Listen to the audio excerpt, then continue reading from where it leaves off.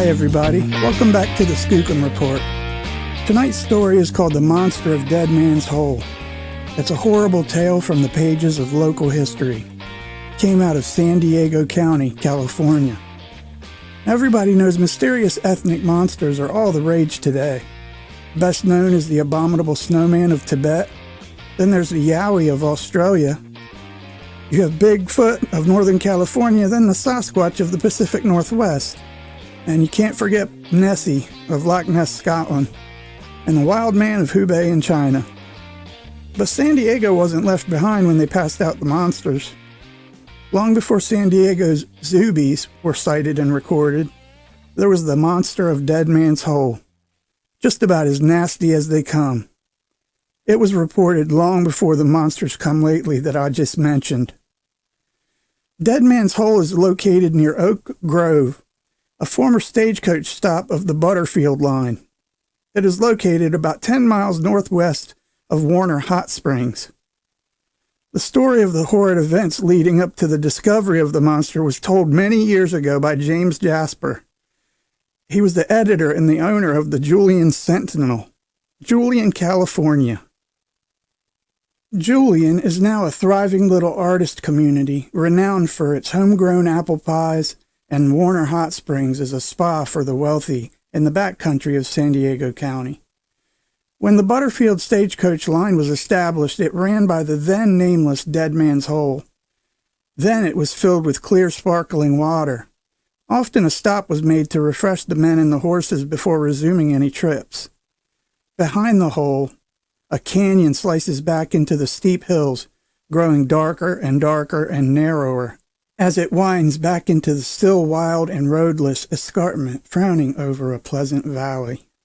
As it gets deep into the mountains, the canyon walls are so steep and its trees so thick and somber that sunlight only penetrates the bottom for an hour or so around noon.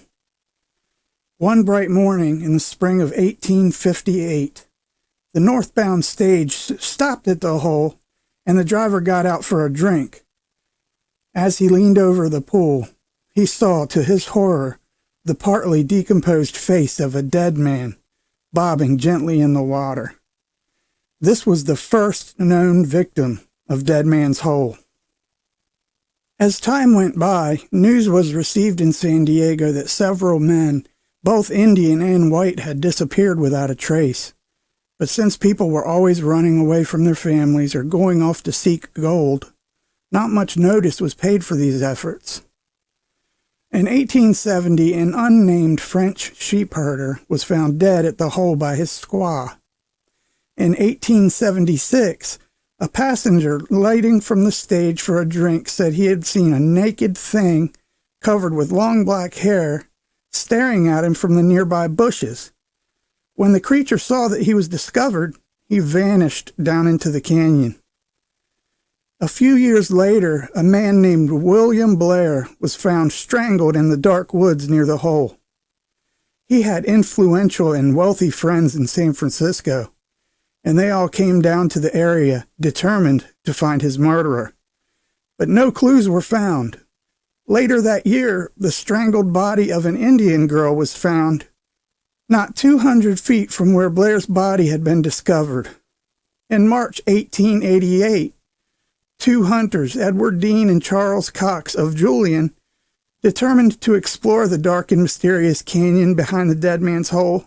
After a hard struggle, they managed to get about a mile up into the canyon through the tangle of fallen logs, boulders, and underbrush, and as they paused for a breath, they heard crashing nearby.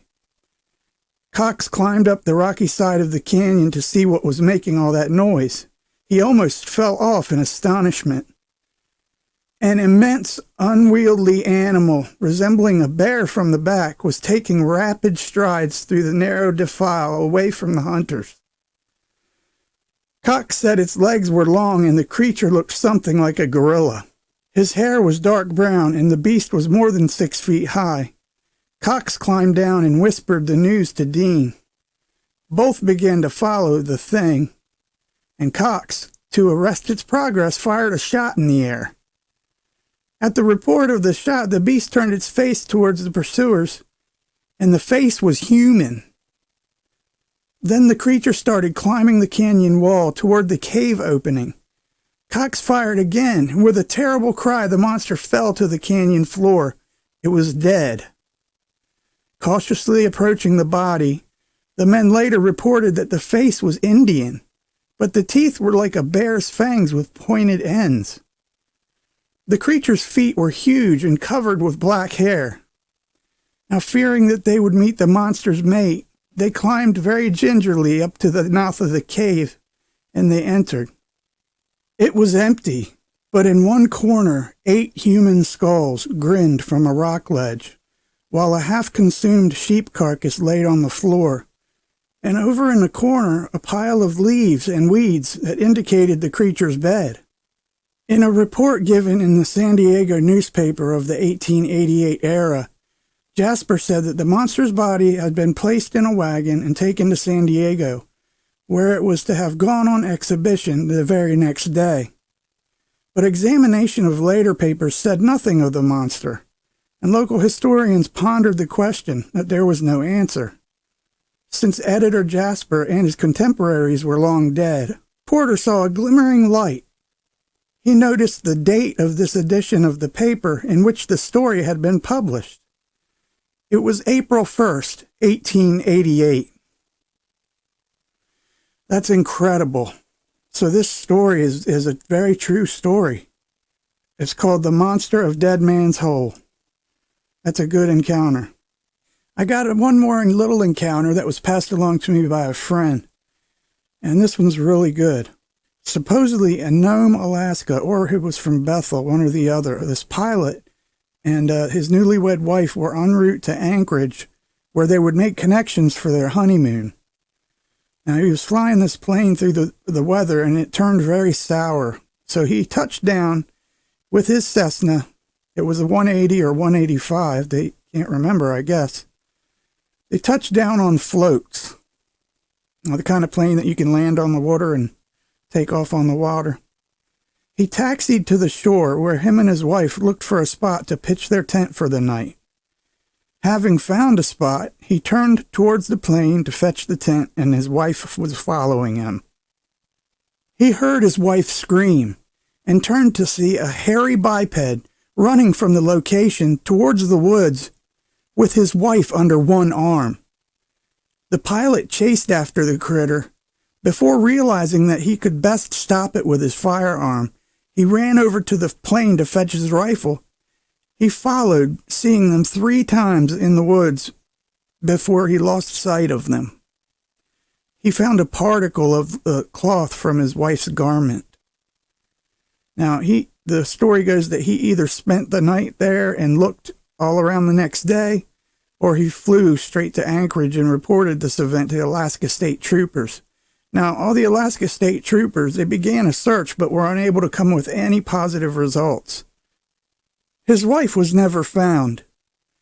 Jack told me that the pilot was distraught and he was a basket case for years. Daggone, man. That's pretty sad if that really happened. There should have been more than the Alaska State Police involved, I would think. But, hey, if you've seen a Bigfoot or you had an encounter and you want to have it on the show, just shoot me an email at skookumreport@gmail.com. That's skookumreport@gmail.com. And I'll be sure to get it up on the show for you, or we can do a phone interview, whatever you like. You can tell your own story and I'll ask you a few questions. Don't forget to subscribe and hit that like button and leave a comment and say hi. I enjoy talking to you guys. And to those of you who have subscribed and are leaving comments and interacting on the channel, I just want to say thank you so much. I really appreciate you guys. You're making this so much fun for me. I'll see you guys on the next Skookum Report. Take care. God bless. Bye.